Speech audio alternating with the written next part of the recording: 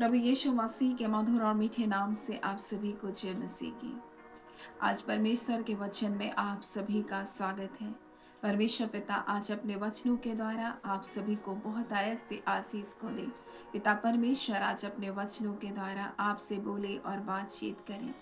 आज हम परमेश्वर के वचन से जिस बात को सीखेंगे वो है परमेश्वर के लिए धुन। और यहाँ पर जब हम रोमियो उसके 10वें अध्याय के दूसरे पद में सब पढ़ते हैं तो लिखा है, क्योंकि मैं उनकी गवाही देता हूँ। पौलुस प्रेरित कह रहे हैं, मैं उनकी गवाही देता हूँ कि उनको परमेश्वर के लिए धुन रहती है, परंतु बुद्धिमानी के साथ नहीं। मेरे प्रियो, बहुत सारे लोग परमेश्वर से प्रेम करने वाले हैं और उनको परमेश्वर की धुन रहती है, परमेश्वर को प्रसन्न करने वाला जीवन को जिए, परंतु वो बुद्धिमानी के साथ नहीं जीते। और यहाँ पर पौलुस प्रेरित किस बात के विषय में बताना चाह रहा है? वो बताना चाह रहा है क्योंकि वे परमेश्वर की धार्मिकता से अनजान होकर अपनी धार्मिकता को स्थापित करने का यत्न करके परमेश्वर की धार्मिकता के अधीन ना हुए। और वे उन इजरायली, उन यहूदियों के विषय में कह रहे हैं, क्योंकि उन्होंने परमेश्वर की धार्मिकता के बारे में ना जाना। परंतु इस प्रकार से लिखा है, वे परमेश्वर की धार्मिकता के अधीन ना हुए, वे परमेश्वर की धार्मिकता से अनजान होकर के अपनी धार्मिकता को स्थापित करने में लगे। उनको परमेश्वर के लिए धुन थी, वो परमेश्वर से प्रेम कर रहे हैं ऐसा उनको लग रहा था, लेकिन वो अपनी धार्मिकता को स्थापित कर रहे थे। वो परमेश्वर की धार्मिकता के अधीन ना हुए। परमेश्वर की धार्मिकता मसीह यीशु है मेरे प्रियो। और इसलिए परमेश्वर का वचन रोमियो 9वें अध्याय में इस प्रकार से लिखा है, किस लिए? इसलिए कि वे विश्वास से नहीं वरन कर्मों से उसकी खोज करते रहे। वे विश्वास नहीं किए। और परमेश्वर का वचन कहता है, जितने उस पर विश्वास करेगा वह लज्जित नहीं होगा। यानी हमारे कर्म नहीं, परंतु यीशु के कर्मों के ऊपर विश्वास करना, जो कुछ उसने हमारे लिए किया। और जब हम पौलुस प्रेरित जब इस वचन को लिखता है, मेरे प्रिय इस पत्री को लिखता है, तो अपने जीवन की गवाही भी इस विषय में डालता है, क्योंकि उसको भी धुन थी। वो भी एक धुन में था, जिसके बारे में जब हम प्रेरितों के काम में जब हम पढ़ते हैं और उसके 26 अध्याय के 11 में जब पढ़ते हैं तो इस प्रकार से लिखा है, हर आराधनालय में मैं उन्हें ताड़ना दिला दिलाकर यीशु की निंदा करवाता था, यहाँ तक कि क्रोध के मारे ऐसा पागल हो गया था, ऐसी धुन थी उसे, ऐसा पागल था कि बाहर के नगरों में जाकर उनको सताता था। इसी धुन में मैं जब प्रधान याजकों के से अधिकार और आज्ञा पत्र लेकर दमिश्क को मैं जा रहा था, उसको धुन थी और वो इसी धुन में था। वो अपनी धार्मिकता के कार्य की उसको धुन थी। वो सोच रहे थे कि परमेश्वर के, लिखा है यहाँ पर इस प्रकार से कि परमेश्वर के उसको धुन थी, लेकिन वो क्या था? अपने कार्य के ऊपर, अपनी धार्मिकता के ऊपर उसको विश्वास था, ना कि परमेश्वर की धार्मिकता के ऊपर वो विश्वास था। उससे वो अनजान था, परंतु अपने कार्य के द्वारा परमेश्वर को प्रसन्न करना चाह रहा था। और इसलिए यहाँ परमेश्वर का वचन कहता है, परंतु मानो कर्मों से वे खोज करते थे और उन्हें उस ठोकर के पत्थर पर ठोकर खाई, वे ठोकर खाए। और इस प्रकार से लिखा है कि देखो, मैंने सियोन में एक ठेस लगने का पत्थर और ठोकर खाने की चट्टान रखा है।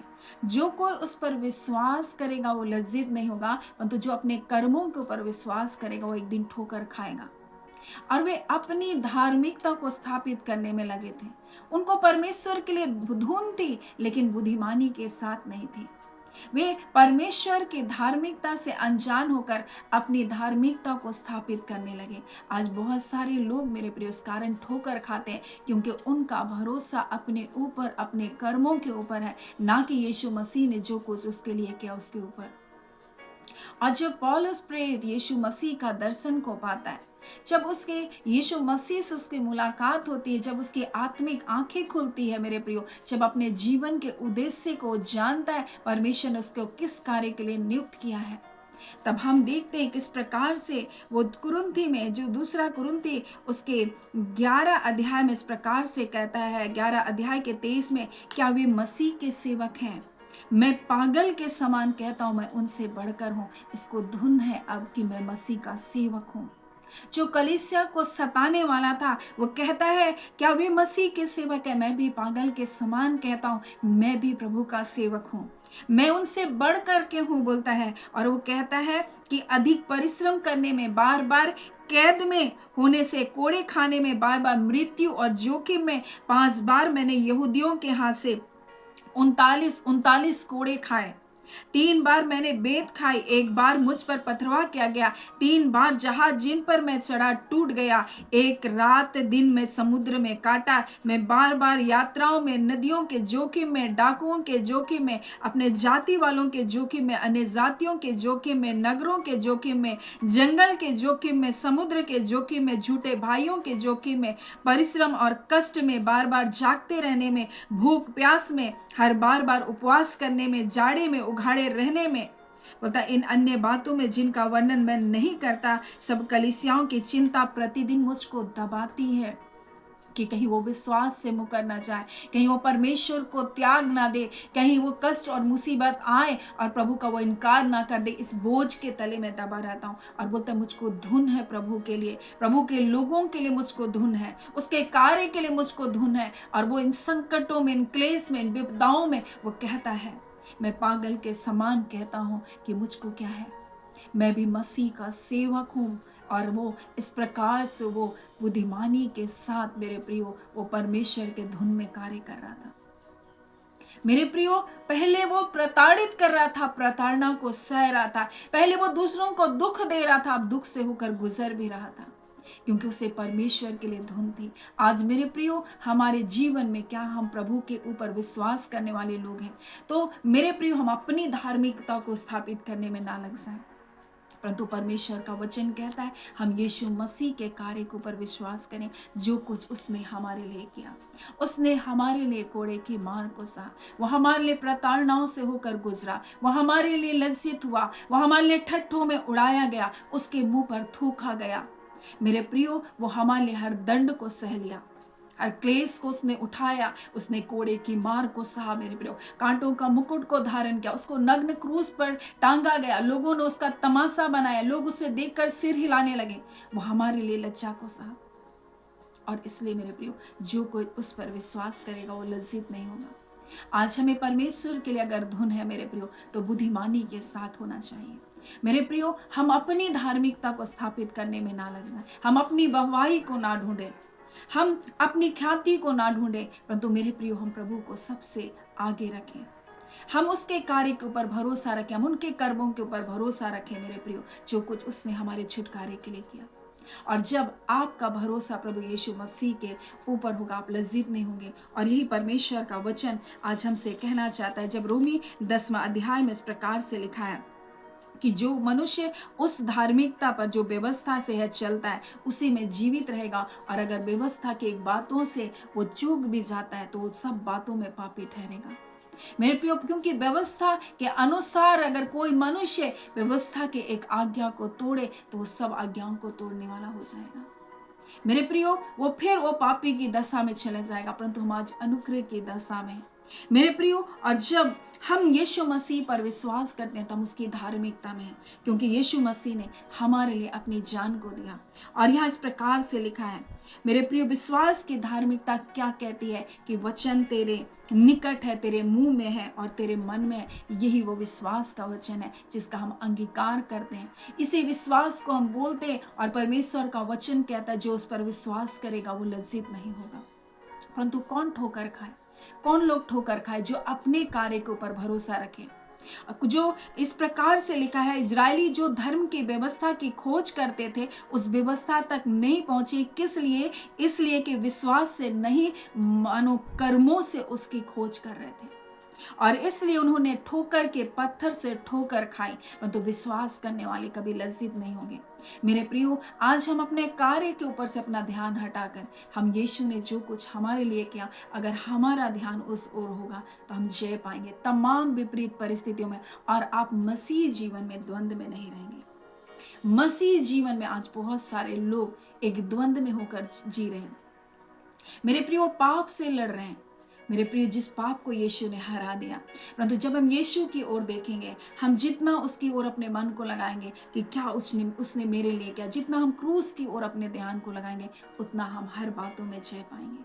और इसलिए उसका वचन आज हमसे कहना चाहता है मेरे प्रियो, कि आज हमें परमेश्वर के लिए धुन है तो बुद्धिमानी के साथ हो।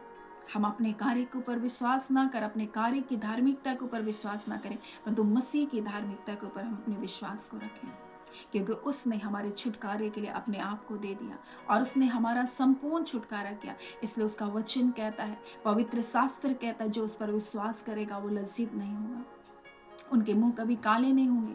उसका वचन इस प्रकार से कहता है, वो यहूदी और यूनानी सबका प्रभु है, और जो उसके नाम को लेंगे वो उनके लिए वो दयालु है, उदार है।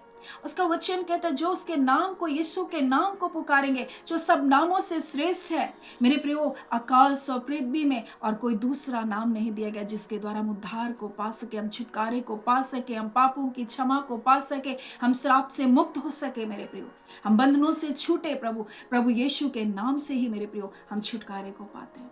और आज परमेश्वर का वचन यही कहता है, जो कोई इसके नाम को लेगा वो उद्धार को पाएगा। वो अपने नाम लेने वालों के लिए दयालु है, वो हर व्यक्ति के लिए दयालु है, चाहे वो कोई भी भाषा कुल के हो। परमेश्वर के पुत्र यीशु के नाम को पुकारने वालों के लिए वो दयालु है।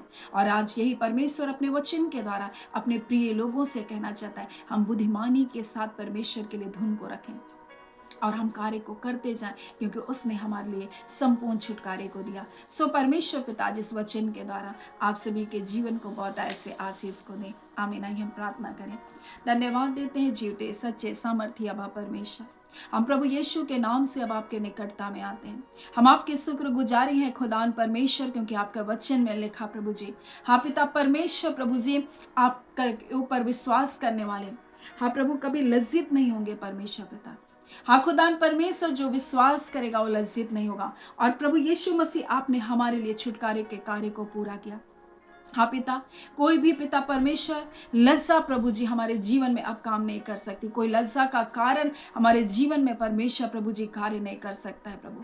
हाँ पिता, शत्रु ने जितने लज्जित करने की योजना बनाई है, वो सारी योजनाएं मसीह यीशु आपके नाम के द्वारा विफल होने पाए। और खुदान परमेश्वर, हमें आपके लिए ऐसी धुन हो प्रभु कि बुद्धिमानी के साथ प्रभु हम आपके कार्य को करते चले जाए, चाहे हालात परिस्थिति कुछ भी क्यों ना हो, परंतु प्रभु हम आपके कार्य को करते चले जाए, हम निराश ना हो जाए, क्योंकि परमेश्वर पिता हर कार्य को जो मसीह में करते हैं प्रभु जी, उनका एक प्रतिफल है पिता।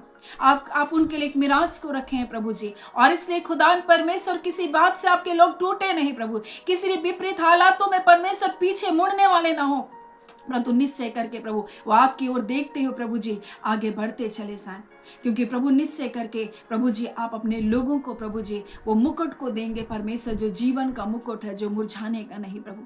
इस संसार में बहुत तेरे मुकुट होंगे परमेश्वर पिता, आज ख्यातियां होंगी, आज प्रसिद्धि होंगी परमेश्वर पिता, आज ऊंचा उठना होगा परमेश्वर, परंतु एक दिन ये सब कुछ क्षणिक हो जाएगा। परंतु पिता, जो मुकुट आप देंगे वो मुरझाने वाला नहीं है प्रभु जी, जो खत्म होने वाला नहीं है परमेश्वर। आज उसी मुकुट के लिए हम सबको तैयार करें अबा, हम सबके जीवन को तैयार करें और आपके साथ परमेश्वर ऐसे जीवन को जिए परमेश्वर पिता, जो बुद्धिमानी के साथ हो पिता।